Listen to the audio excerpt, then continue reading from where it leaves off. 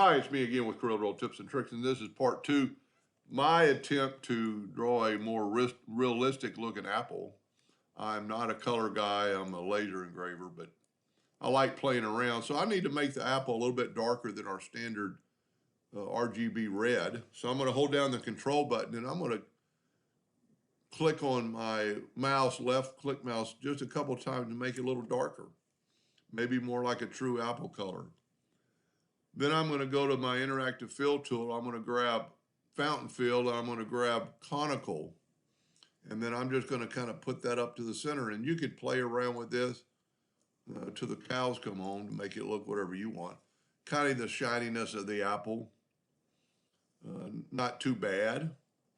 But then let's draw the leaves and the stem. I'm going to make the stem a little darker this time and the leaf a little lighter. My favorite tool is the 3-point curve line. And I'm just going to start anywhere in here and then go out there and then hold down the control button and kind of make a perfect curve. And then I'm going to go again, but I'm going to go a little bit further and hold down the control button. And see, I'm making the top wider. Then I can actually use my 3-point line and just double click on it. Now I'm going to take the Smart Fill tool. I'm going to fill that in with a green.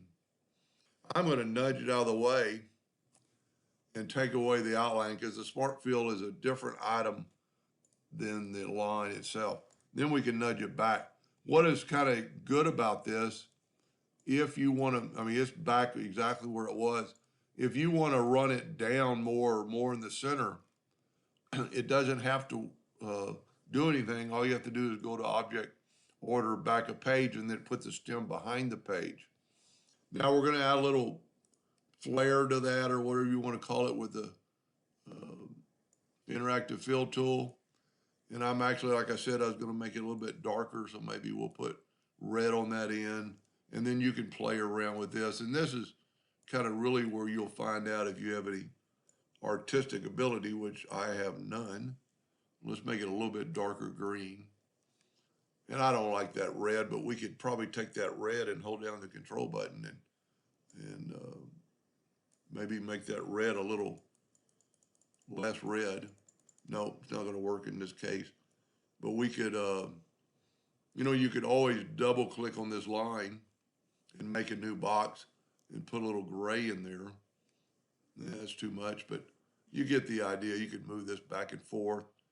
You could make that a little less transparent. Maybe not as good as the first one. You could make the whole thing green. But we want some interactive fill because we're going to use it again when we make the deal. So I'm going to go down here and pick a darker green to put in that top.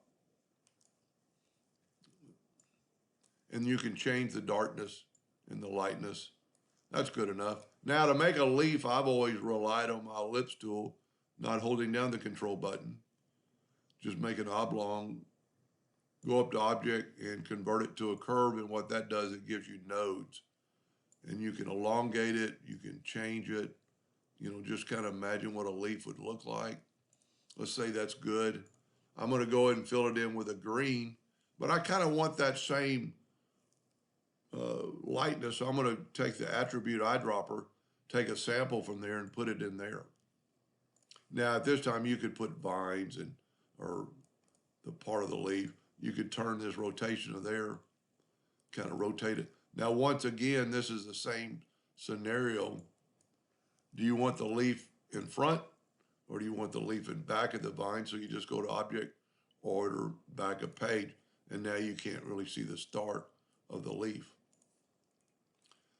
Like I said, I'm not much of an artist, but a little bit better than just a red apple. I hope that helped. Thank you for watching.